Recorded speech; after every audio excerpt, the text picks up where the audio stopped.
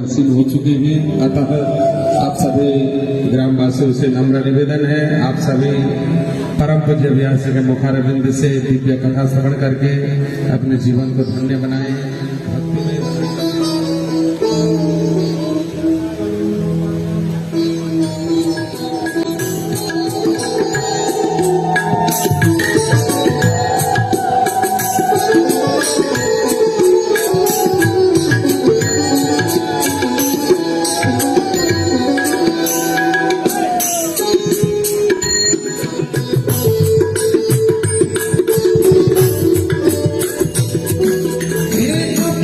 भक्ति में करूं आरती तेरी, हे प्रिया सखी मैं करूं आरती तेरी। खुद पे उठाना गल गल जाऊं साध सवेरे तेरे गुण गाऊं। माता च पिता त्वमेव बन्धुश्च सखा। ठाकुरानी मुक्ति थी यहाँ पर भरती है पारी। काके ठकुर की ठाकुरानी मुक्ति भी आकर के भरती है पानी। के बिहारी श्री राधिका उनकी ठाकुरानी। बाके ठाकुर की बाकी ठाकुरानी मुक्ति भी भरते यहाँ पर पानी। मुक्ति भी भरती है आकर के पानी। हर सेवक है सेवक है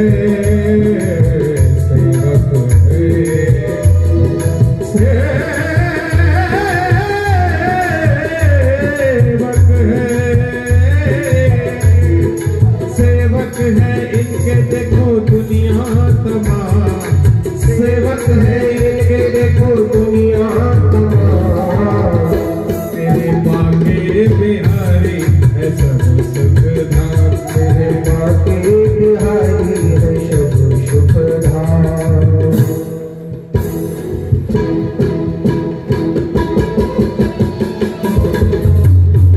बाके बिहारी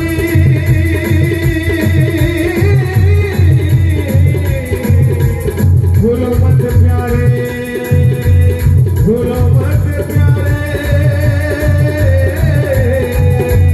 भूलो मत प्यारे बिहारी जी का नाम। भूलो मत प्यारे, ऐसे नहीं, दोनों हाथों से ताली के सेवा करते हुए एक बार कर लो। भूलो मत प्यारे बिहारी जी का नाम। भूलो मत प्यारे बिहारी जी का नाम। मेरे माँ के बिहारी है सब कुछ नाम। मेरे माँ के बिहारी है सब कुछ नाम। मेरे माँ के बिहारी है सब कुछ नाम। मेरे बाके बिहारी है सब सुख धाम। तेरे बिहारी है सब बिहारी है मेरे बाके बिहारी है बाके बिहारी है बाके बिहारी है मेरे माँ के बिहारी बाके बिहारी।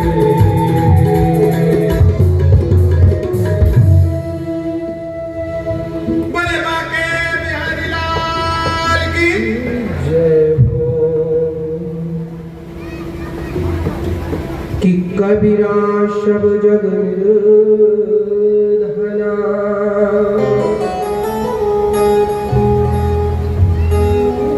और धनवंता नहीं कोई। धनवंता सोई जानियो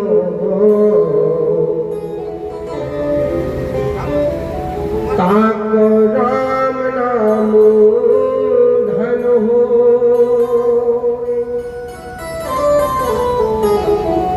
सांसारिक धन कितना भी एकत्रित कर लो, सांसारिक धन कितना। शौनकादिक ऋषि एक जगह एक स्थान पर एकत्रित है और जो 88,000 ऋषि हैं उनकी आयु मालूम है कितनी लंबी है? वहां पर ऐसे ऐसे ऋषि हैं जिनके जीवन में ना जाने कितनी बार चतुर्युगियां बीत चुकी हैं। चतुर्युगियां मतलब सतयुग, त्रेता, द्वापर, कलयुग, ऐसे जाने कितनी चतुर्युगियां बीत चुकी हैं। ऐसे ऐसे वहां पर बड़े बड़े तपस्वी ऋषि विराजमान हैं कि भृगुर वसिष्ठश्च वनश्च गौतमः मेधार तिथिर देवल देवरातो। भृगुर वसिष्ठ वन ऋषि जाने कौन कौन से एकत्रित वहां पर ऋषि हैं। उन्हीं ऋषि के मध्य में आदरणीय श्री सूत जी महाराज का आगमन होता है। जब सूत जी महाराज का 88,000 शौनकादिक ऋषियों के मध्य में आगमन होता है तो जो बेचारे ऋषि लोग हैं 88,000 सूत जी को देखकर खड़े हो गए। जब ऋषि गण खड़े हो गए तो सूत जी को बड़ा आश्चर्य हुआ, क्या कि तो इतनी लंबी लंबी आयु वाले संत हैं और मैं तो सिर्फ 20 वर्ष का, अभी मेरी आयु कितनी 20 वर्ष, लेकिन ये हमें देखकर खड़े हो रहे हैं, आखिर ऐसा क्या है? संदेह हुआ तो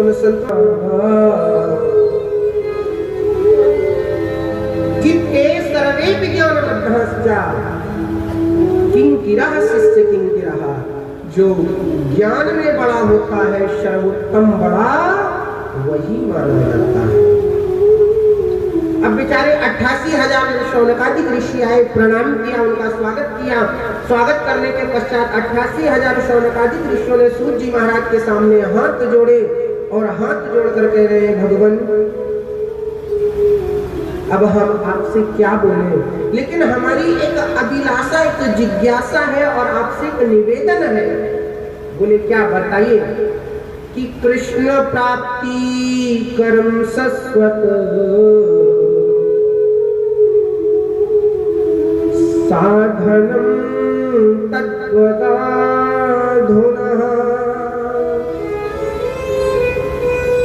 कि कृष्ण प्राप्ति कर्म सस्वत, कि हमें कोई ऐसी सरल, कोई ऐसा उपाय बता दे, कोई प्रयोग बता दे जिससे हमें कृष्ण के चरणारविंद प्राप्त हो जाए। कि कृष्ण प्राप्ति कर्म तत्व साधनम तत्वदाधुनः, कि कोई हमें एक ऐसा साधन बता दे जिससे कि गोविंद के चरणों में हमारी प्रीति हो जाए। जैसे ही बंधु हो आदरणीय श्री सूत जी महाराज ने प्रश्न शौनकादिक ऋषियों से सुना तो बड़े प्रसन्न हुए।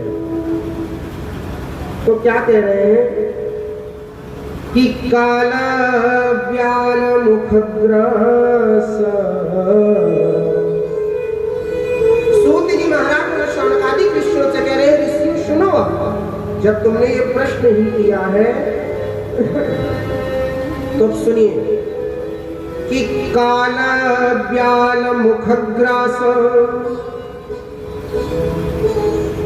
त्रास निर्नाश हेतवे। ये संसार क्या है? संसार है क्या? कि संसरति गच्छति इति संसारः। संसार क्या है? संसरति गच्छति इति संसारः। जो धीरे धीरे धीरे धीरे खसकता चले वही संसार है। कि आया है सो जाएगा, कि राजा रंग फकीर और कोई सिंहासन चढ़ चला, कोई बंधा जंजीर। तो इस संसार में जो आया है उसको एक न एक दिन जाना अवश्य है। एक प्रश्न है कि अभी तो जगाया तुझको, अभी तो जगाया तुझको, फिर सो गया।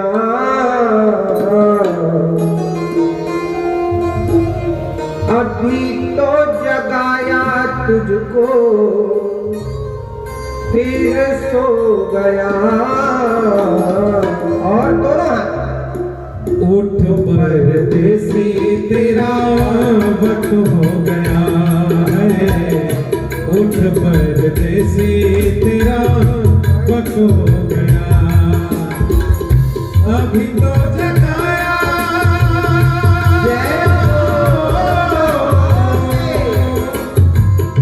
अभी तो जगाया तुझे, अभी तो जगाया तुझे, फिर सो गया। उठ परदेसी तेरा वक्त हो गया, उठ परदेसी तेरा वक्त हो गया। अभी तो जगाया तुझे, अभी तो जगाया तुझे, फिर सो गया। उठ परदेसी तेरा वक्त हो गया है, उठ परदेसी तेरा वक्त हो गया।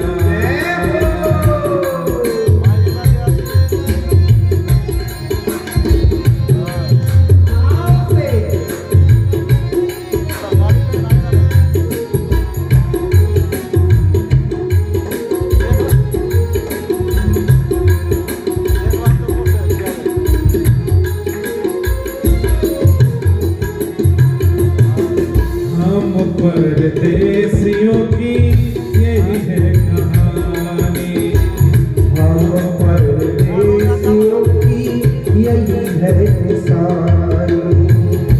आए और चले गए खत्म कहानी, आए और चले गए खत्म कहानी। आए और चले गए खत्म कहानी। आए और चले गए खत्म कहानी। कोई चला हंसते हंसते, उठ परदेसी तेरा वक्त हो गया।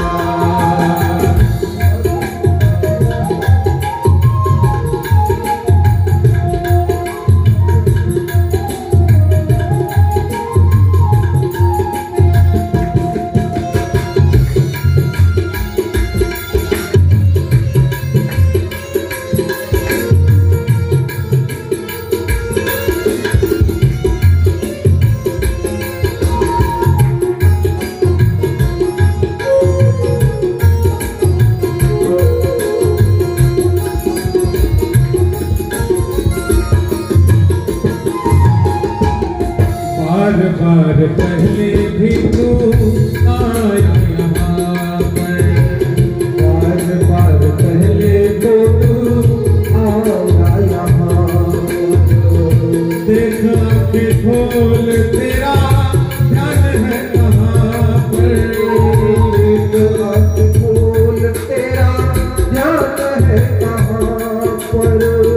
देख आंखें खोल तेरा ध्यान है कहाँ पर, एक आँख खोल तेरा ध्यान है कहाँ पर।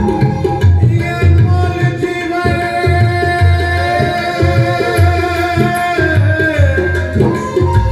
ये अनमोल जीवन, ये अनमोल जीवन तेरा व्यर्थ हो गया। उठ परदेसी तेरा वक्त हो गया, उठ परदेसी तेरा वक्त हो गया।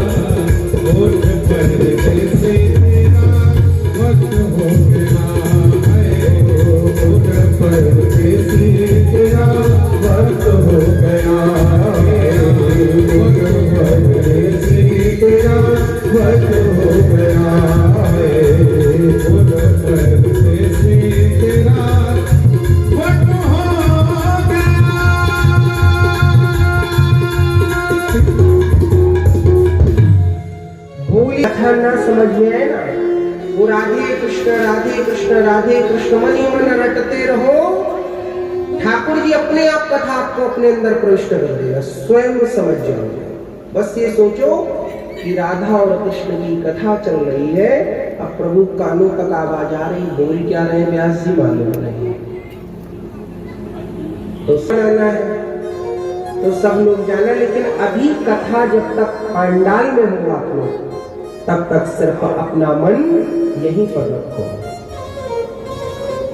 तो संसार में हम लोग हैं, संसार में सुरक्षित कब तक है कि कालव्याल मुखग्रास त्रास निर्नाश हेतवे,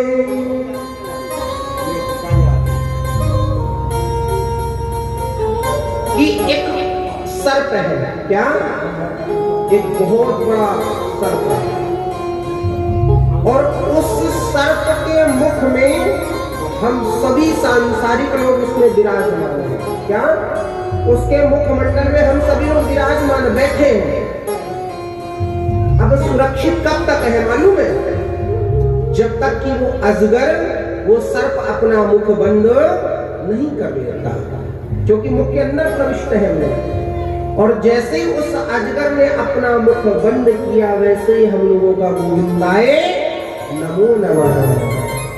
तो इसीलिए एक क्षण का भी भरोसा मत करो कि श्वास श्वास पर कृष्ण भजे और वृथा श्वास जन खोए, और ना जाने यह श्वास की आवन हो न हो। तो यहाँ पर सूत जी भी कह रहे शौनकादिक ऋषियों से कि ऋषियों कि नाहि कश्चित क्षणमपि जातुत्तिष्ठत्य कर्म कृतो कार्यते व्यवसा कर्मणि गुणरस्वर भाविक बला।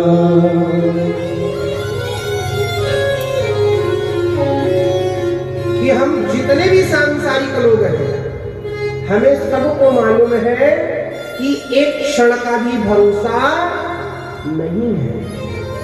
सबको मालूम है, सब लोग अवगत है ना इस बात से, लेकिन फिर भी अपनी योजनाएं कितने कितने 2-2, 4-4 साल के आगे तक की योजना बनाते हैं कि अब इसके बाद ये करेंगे, इसके बाद ये करेंगे, इसके बाद ये करेंगे। आदरणीय यहाँ पर सूत जी महाराज कह रहे हैं, अब ऋषियों में तुम्हें बहुत सुंदर एक प्रसंग सुनाता हूं। बोले कौन सा महाराज? सुनाइएगा। बोले सुनाए। एक बार जब राजा परीक्षित को श्राप लगा, तक्षक के डसने से अकाल मृत्यु हो जाएगी, किसकी? राजा परीक्षित की। तो जब तक्षक डसने के लिए जा रहा है राजा परीक्षित को, उससे पहले आदरणीय श्री परमहंस श्री सुखदेव जी महाराज ने राजा परीक्षित को कथा श्रवण करा करके और भगवान के परम धाम को गमन कर दिया था। जब तक्षक डसने के लिए गया है, उससे पहले ही राजा परीक्षित भगवान के परम धाम को जा चुके हैं। तो ये बात तो देवताओं को मालूम पड़ी। किसको मालूम पड़ी? देवताओं को। जब ये बात देवताओं को मालूम पड़ी कि सुखदेव ने भागवत रूपी अमृत का पान राजा परीक्षित को करवाया है, और उस अमृत रूपी पान करके परीक्षित भगवान के परम धाम को प्राप्त हुए, तो आज देवता लोग स्वर्ग का अमृत का कलश लेकर के सुखदेव जी महाराज के पास पहुंचे और सुखदेव जी से कह रहे हैं कि आप ऐसा करिए, ये जो भागवत कथामृत है इसका पान आप हमें करवा दो। और ये जो स्वर्ग अमृत है, जो स्वर्ग का अमृत है, इसको आप परीक्षित को पिला दो। जब ये बात बंद हो, देवताओं ने सुखदेव जी महाराज से कहा, तो सुखदेव जी महाराज को ये बात समझ में नहीं आई। क्यों? सुखदेव जी महाराज कहते हैं, को कांचा को मणि रहा। एक आपके पास कांच का टुकड़ा हो और एक आपके पास मणि का टुकड़ा हो। आपके पास मणि का टुकड़ा हो, कोई कांच का टुकड़ा लेकर के कहे कि ये कांच ले लो और मणि हमें दे दो, कोई दे देगा? कोई नहीं देगा। ऐसे ही स्वर्ग का जो अमृत है वो कांच के समान है और भागवत कथामृत जो है ये मणि के समान है। सुखदेव जी ने देवताओं को डांट के फटकार के भगा दिया। अब देवता बेचारे गए, ब्रह्मा जी से शिकायत करी। जब ब्रह्मा जी से शिकायत करी तो ब्रह्मा जी से कहे, भगवान हमने कहा कि अदला बदली करो, तो डांट फटकार के भगा दिया कि अभक्तांश्च विद्याय न ददौ स कथामृतम्।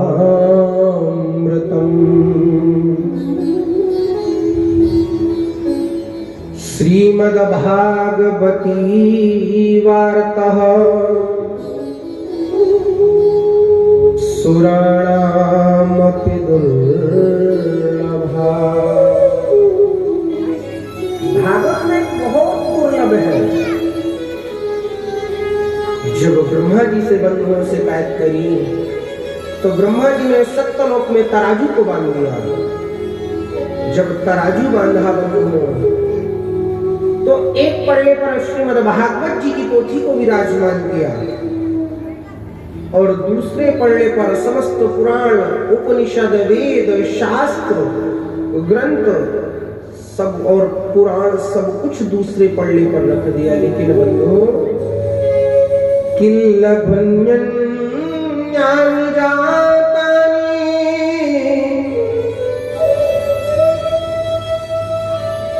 गौरवेण इदं महत्।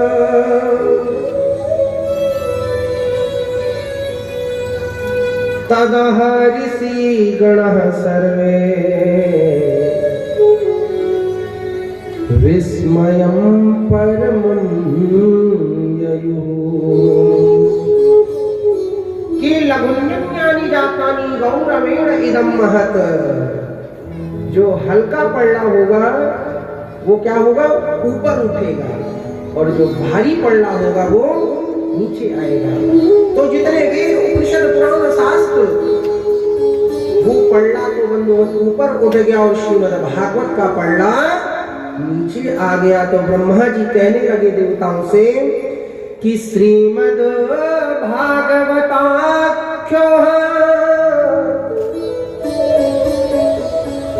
प्रत्यक्षः कृष्ण एव हि। भागवत कोई साधारण नहीं है, भागवत कोई ग्रंथ नहीं है, भागवत कोई पोथी नहीं है। भागवत तो पुराणों का छत्र सम्राट है। कौन है? छत्र सम्राट।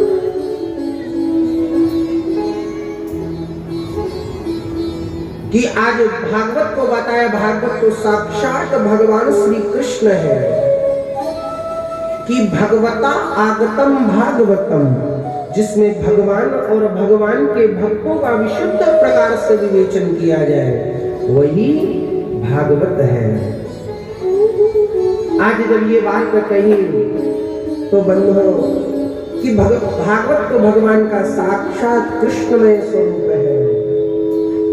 अब बंधुओं जब ये बात कही कि कृष्ण स्वरूप है तो अब भागवत का प्रचार प्रसार, नारद जी के मन में भाव आया कि अब इसका जन जन में प्रचार प्रसार हमें करना है। ब्रह्मा जी से बंधुओं भागवत जी का अध्ययन इत्यादि किया। इधर एक बार शनक, सनंदन और सनातन कुमार चारों निर्मल ऋषि बंधु अपनी कुटिया में तपस्या कर रहे हैं। उसी समय नारद जी महाराज बड़े खिन्न मन से दौड़े दौड़े चलते चलते जा रहे हैं। जब दौड़ते हुए जा रहे तो सनत कुमारों ने रोका कि अरे नारद जी, नारदो देव दर्शना। नारद कौन है? नारदो देव दर्शना। यदि नारद जी की यदि जिसके ऊपर कृपा हो जाए तो उसको परमात्मा अवश्य मिल पाए। आज तुम जैसा संत हो, जो कि आप तो देवर्षि हो, आप जैसा संत जब खिन्न मन होगा तो इन सांसारिक जीवों का क्या होगा? आपकी तो बड़ी प्रसिद्धि है नारद जी। तो नारद जी सनत कुमारों से कहने लगे, जो भी हो भगवान, लेकिन मन खिन्न है। बोले क्यों? कि आज सनत कुमारों ने पूछा नारद जी कि कथम ब्रह्मण दीन मुखा कुतश्चिंता तुरो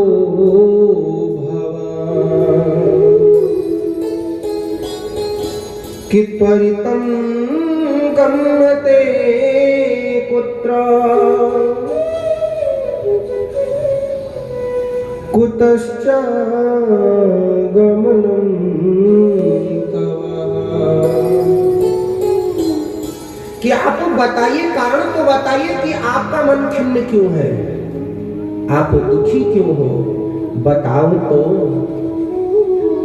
तो आज कितना सुंदर कह रहे हैं कि सनत कुमारों कि अहम तू पृथ्वी आतो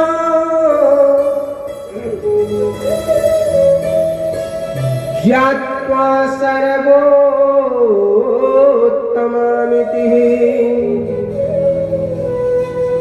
पुष्करं च प्रयागं च काशीं गोदावरीं तथा। कि आज नारद जी सनत कुमारों से कह रहे हैं कि देवर्षि सनत कुमार, मैंने पृथ्वी को सर्वश्रेष्ठ समझा। क्या? कि पृथ्वी सर्वश्रेष्ठ है। मैं पृथ्वी में गया और पृथ्वी में कहां गया? कि पुष्करम च प्रयागम च काशी गोदावरी तथा हरित क्षेत्रम कुरुक्षेत्रम श्रीरंगम सेतुबंधन। मैं प्रत्येक पुष्कर प्रयाग काशी गोदावरी नवसी प्रत्येक जगह गया, लेकिन मन में अशांति रही। बोले क्यों? कि न पश्यं कुत्रचित् शर्मः मन संतोषकारकम्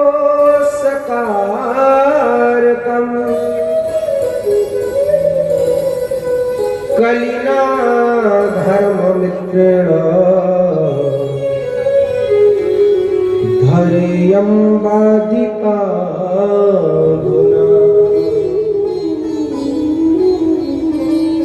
कि ना पश्चिम कुत्रचित् शर्मा, कि कोई भी सत्य नहीं बोलता, कोई भी सत्य नहीं बोलता।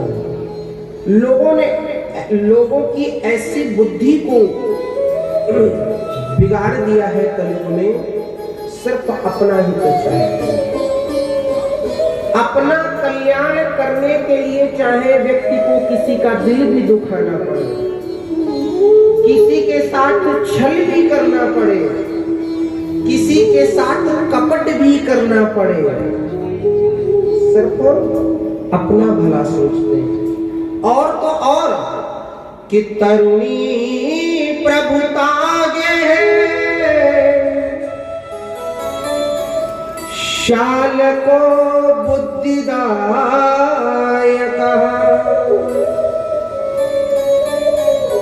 कि कन्या विक्रयणो लोभा दंपतीनां चकल करो। कि तरुणी प्रभुता के श्याल को बुद्धिदायक है, कि घर में भी चलती है तो किसकी चलती है? बोले नई नई बहुओं की, और नई बहुओं की चलती तो बोले ठीक है, अच्छी बात है, चलना चाहिए। भाई बुजुर्ग लोग हैं, अब उनका जमाना नहीं रहा, अब नए लोगों का जमाना है। बोले ठीक है, लेकिन जब कोई घर में अच्छा कार्य हो तब अपने बुजुर्गों से सलाह अवश्य लेना चाहिए। बोले और तो और शाल को बुद्धिदायका, बोले अगर कोई सलाह मशवरा भी करना है ना तो अपने भाई बंधुओं से नहीं करेंगे। बोले सीधे ससुराल में साले से संपर्क करते हैं कि साले साहब बताइए ये कार्य करें या ना करें। ऐसी कलयुग ने लोगों की बुद्धि को बिगाड़ दिया है कि कन्या विक्रय